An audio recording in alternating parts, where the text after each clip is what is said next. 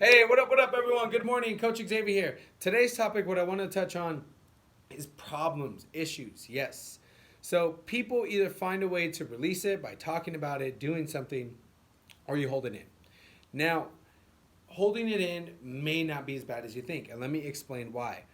So a lot of the negative side effects of holding it in means you eventually can't take it anymore, and you just explode. People do things that they wouldn't normally do. Now, and here's the reason why I believe it's not always a bad thing. Okay, so not the explosion part, like that's the negative part about holding it in, but I also believe there's good things about holding it in. And let me explain why. Because that means you're not ready to quite talk about it. And that is okay, people, that's normal. I myself have been through things where I wasn't ready to talk about until, a certain amount of time. And that's fine. But you need to find a way to release it.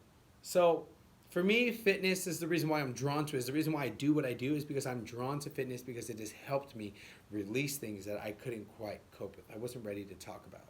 Thus, I was able to turn to fitness and it helped.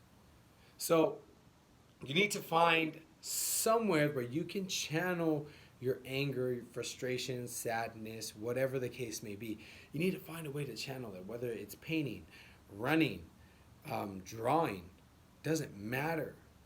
Okay, if you're that type of if you're more of an aggressive person, then guess what? Get into some kickboxing classes. Let's get into some martial art classes. Like, let's find different things we can do.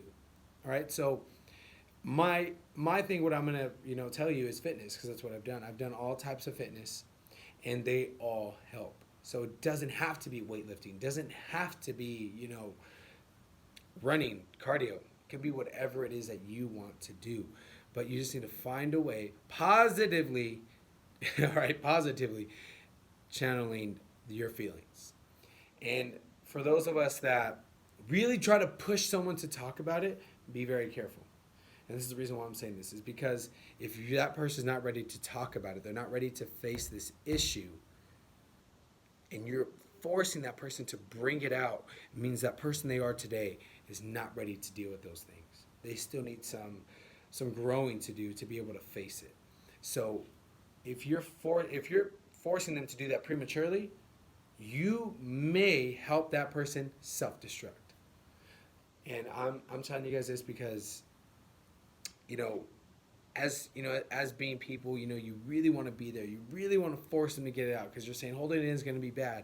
And I get it. I've been there. I've been the person trying to get those things out of people. And guys, let me tell you, looking back on it, I honestly probably may have been, thank God nothing has happened, but probably may have been the worst thing I could have ever done, because they may not have been ready to face it, right? You're essentially playing Russian roulette with it. So if you really want to help someone, you really care, just be there. Show them things that you do.